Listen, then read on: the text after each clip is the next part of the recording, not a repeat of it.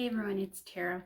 Welcome to my channel. Today I'm going to be doing a video for all the books that I got during the month of July. So if you want to see what books I got, just keep watching.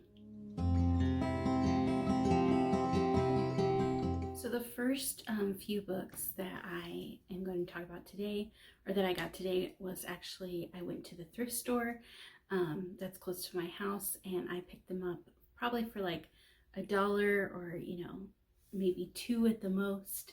But the first one I ended up getting is Silk for Seduction by Loretta Chase. And I've heard of Loretta Chase, but I haven't read any of her books yet. So I want to give her a try, and I figured it was $1, why not? And see if I like her as a writer. And so this one just says, the allure of the perfect gown should be twofold. Ladies would die to wear it, and gentlemen would kill to remove it. So it's a historical romance. I'm excited.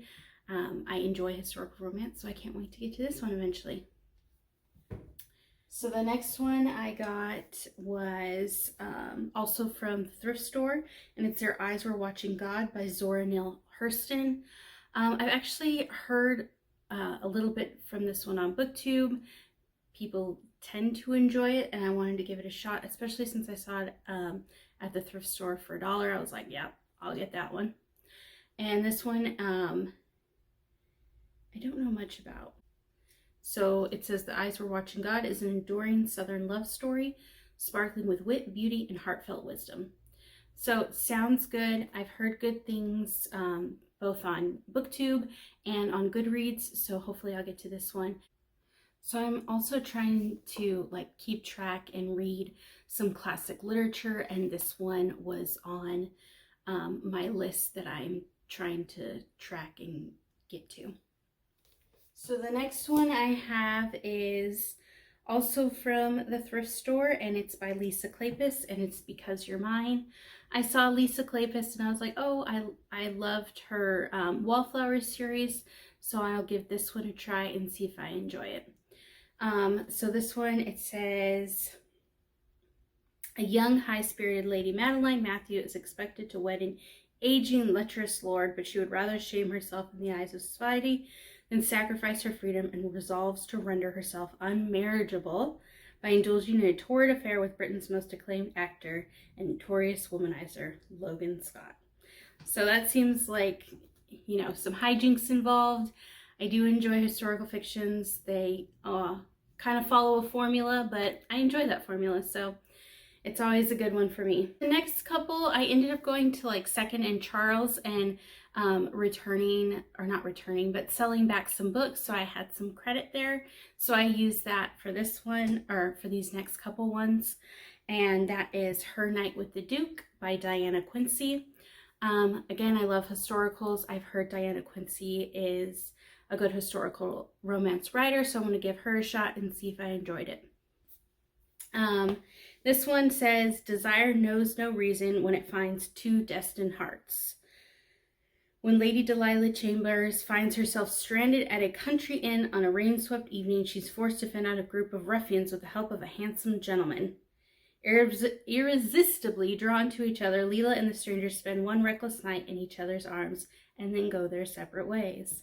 But the very next day, Leela receives the shock of her life when she meets the Duke, who is set on wedding her beloved stepdaughter. Oh my goodness, I didn't even know what that one was about, and it sounds so good.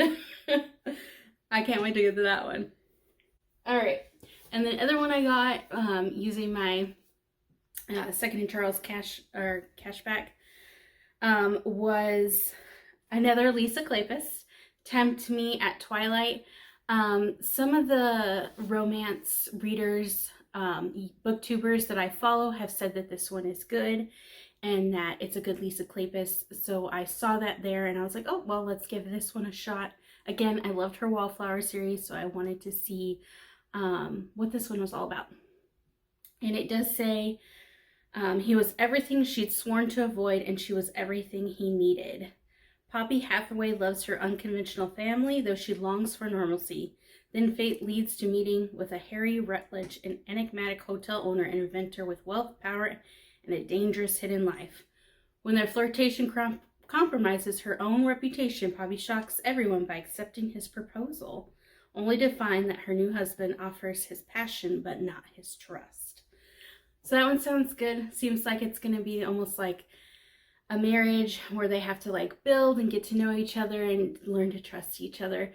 I do like those in historicals, and Lisa Kleypas is, from what I've read of her, good at writing those. So give this one a shot. The next one, all the next ones are actually from Barnes & Noble. I had a gift card that I had left over for my birthday. My birthday was last month in June, and I had gotten a gift card later in the month and didn't use it. So I was like, oh, I'll use it in July then.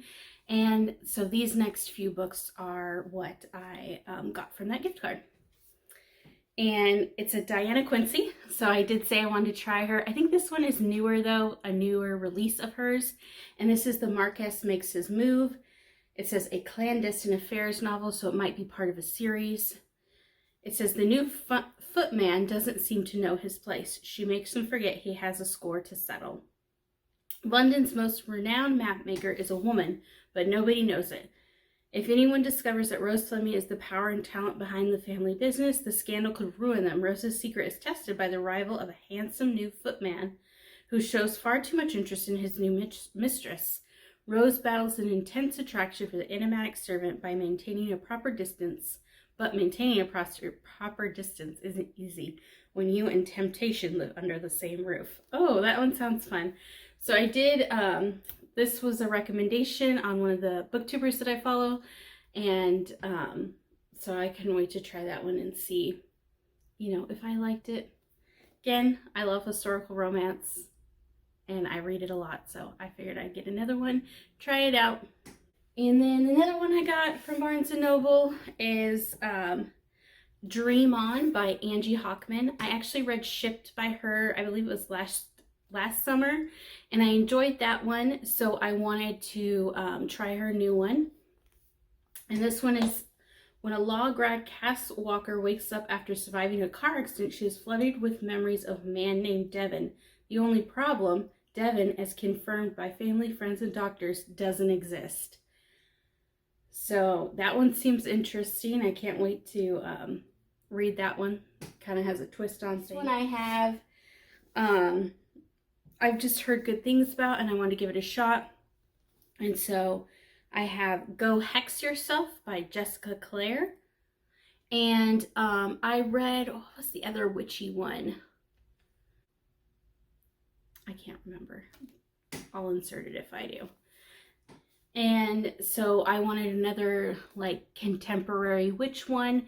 So it was the X-Hex that I had read and I had really enjoyed. So I wanted another witchy one, and I've heard that this one was good.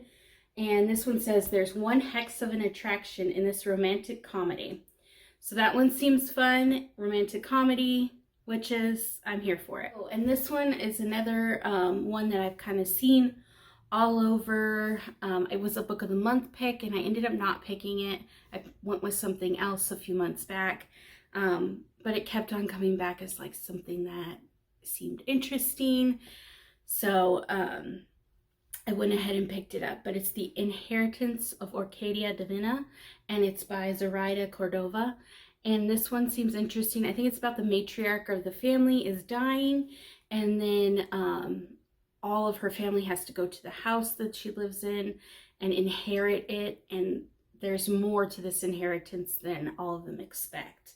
So I don't know much about it. It seems interesting. And so it says, the stars have shifted, the earth has turned, the time is here, I'm dying, come and collect your inheritance.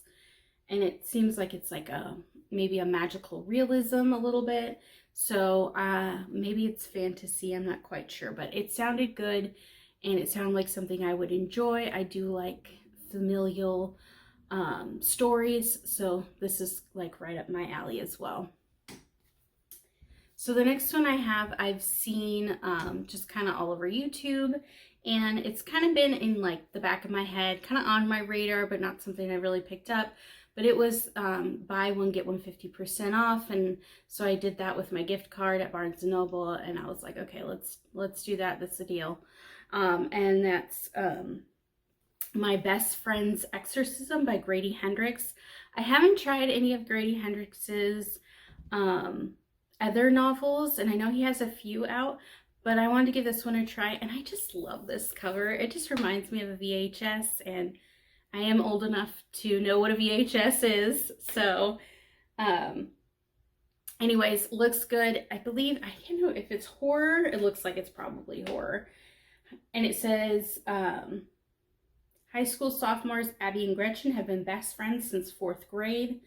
But after an evening of skinny dipping goes disastrously wrong, Gretchen begins to act different. She's moody, she's irritable, and bizarre incidents keep happening whenever she's nearby. Abby's investigation leads her to some startling discoveries, and by the time their story reaches its terrifying conclusion, the fate of Abby and Gretchen will be determined by a single question. Is their friendship powerful enough to beat the devil? So it's clearly a horror novel. I'll probably read it around Halloween. I kind of like reading spookier things around then, so I'll probably save it for them. But it seems interesting, and yeah, I want to give Grady Hendrix a try. The month pick, I ended up going with The Bodyguard by Catherine Center, and this one is a bodyguard novel, and it ends up being that she is the bodyguard of him, and I think he's an actor, and he has to go home, but he's dealing with like the paparazzi, and so he kind of wants to do, I think his mom is sick, and so he doesn't want his mom dealing with all the paparazzi and things that are happening because he's an actor, and so I think he hires her, and I think it's their love story from there. Seems, again, I'm gonna say it's a lot right up my alley. I do love romance. I do enjoy reading it, and this will be my first Catherine Center that I will read. I do have another one on my shelf that I need to get to. That's also a book of the month as well. So I just need to get to reading. And then my last one, I actually, is another book of the month, but I traded one of my book of the months for this one on like a Facebook page. And so that one is A History of Wild Places by Shay Earnshaw. I know it's a mystery. I'm not too sure what it's about, but I've seen good reviews on Goodreads. So I wanted to give it a shot. I am not a big mystery, like horror, thriller person, but every once in a while I do enjoy it, and I've read a few that I have really enjoyed, so I wanted to kind of give this one a shot as well. But it says Travis Wrent has an unusual talent for locating missing people. Hired by families as a last resort, he requires only a single object to find the person who has vanished. So that seems already just off that. I don't want to read any further because I like to go in kind of blind in these. Already just seems interesting and something that I would enjoy. Hopefully, I'll get to this one probably around Halloween as well. That's usually when I do my mysteries because it's kind of like seasonal. I like reading them then. So those are all of the books that I got during the month of July. Let me know what you're reading or what you've got. If you've read any of these and you really enjoyed them, please let me know in the comments below. Like and subscribe if you would like to. Thank you so much for watching. You have a wonderful day, and I'll just talk to you later. Bye.